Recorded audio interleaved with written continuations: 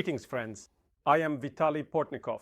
The newly elected president of Poland, Karol Nawrocki, has, as widely expected, officially vetoed Polish legislation that would have continued social assistance and vital support for unemployed refugees from Ukraine.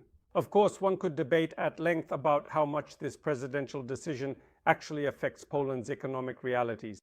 After all, the overwhelming majority of refugees from Ukraine have long been working and are making a significant contribution to the development of the country that took them in after the outbreak of hostilities in 2022.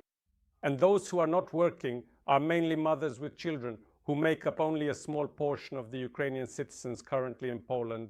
It can be argued that, in fact, Nawrocki is not actually opposed to providing other important services to Ukraine that are related to the vetoed legislation, such as access for the Ukrainian armed forces to the Starlink network or the storage of data for the Ukrainian authorities.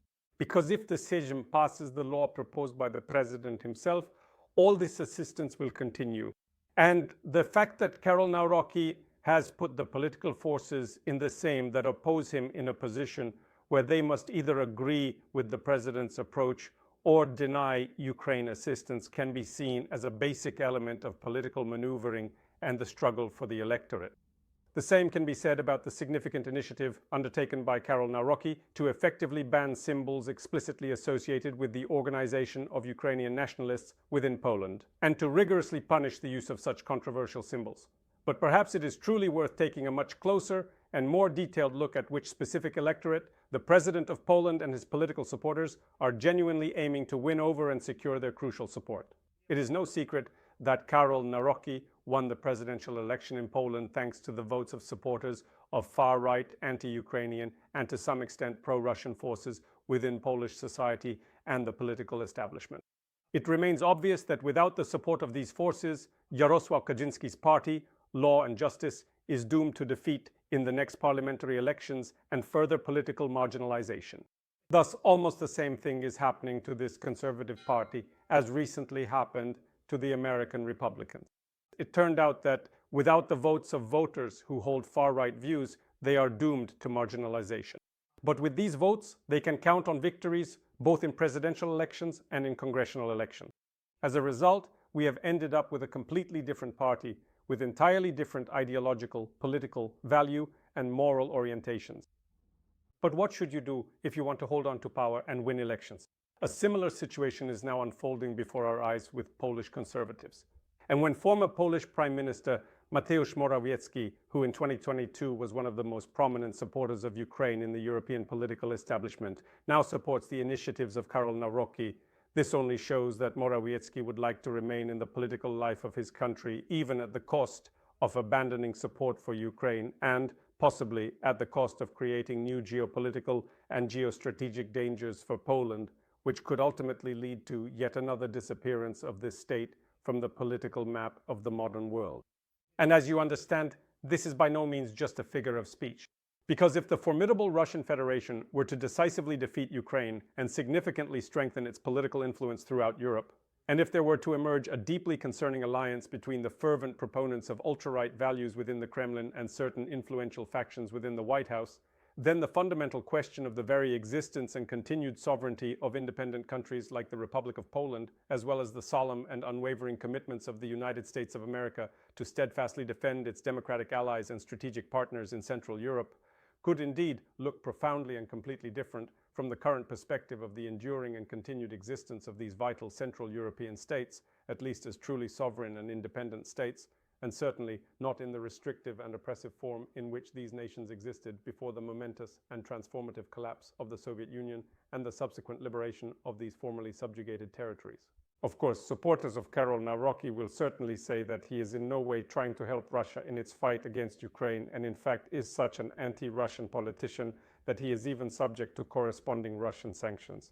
But to support the policies of the President of the Russian Federation, Vladimir Putin, it is not at all necessary to act on instructions from the Kremlin. It is enough to take actions that fit into the paradigm of Russian policy and propaganda. These are precisely the actions that Karol Nawrocki is taking, and it can be said that he will continue to take them for one simple and natural reason. Without the votes of those voters whose views are close to the Kremlin, who share Putin's approach to Europe and to life, who hold anti-Ukrainian and perhaps even pro-Russian sentiment. We also know some of these voters quite well. The Law and Justice Party is doomed to defeat in the Polish elections, and Karol Nawrocki himself is unlikely to count on being re-elected for a second term. Therefore, what we are seeing is a deliberate strategy of shifting much further to the right than where Polish conservatives stood not so long ago. And all of this, naturally, serves the political interests of Putin, the Kremlin, Russia, and the goal of strengthening Russia's role as a geopolitical hegemon, at least in Central Europe. And this is an objective reality that everyone who thinks about Poland's future must understand. So, can Poland become a state with a strong far-right component that will ultimately undermine the prospects for democratic development in the country? Of course it can. Poland was like that in the pre-war years. This predetermined its disappearance from the political map of the world in 1939. Perhaps it was an important factor that in Warsaw they did not fully grasp the geopolitical danger of being situated between Berlin and Moscow. Can Poland become a country where xenophobia is used by politicians to strengthen their own influence? Of course it can. For Poland to truly become such a modern and inclusive state, it simply required a fundamental and profound change in the very composition of its population.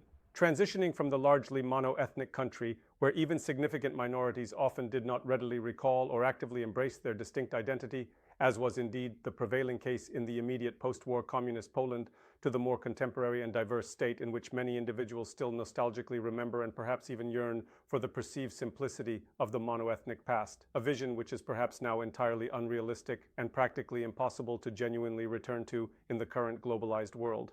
Can Poland be a country that follows in the wake of Russian policy? Well, of course it can. Yes, it may not happen as openly as in neighboring Hungary and Slovakia. But the very policies of Poland's far-right leaders, if they ultimately secure power, will genuinely contribute to strengthening Moscow's political and economic role in the region. Does this mean that Poland is destroying its own future? Well, yes, it's not the first time, because it's absolutely clear that the guarantees for Poland's future are not what this or that American president says today, since, as we can see, they can change their values and friends quite quickly.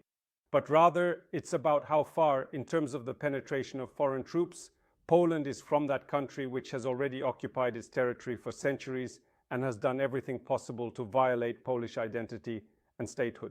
All of this, it would seem, are basic truths.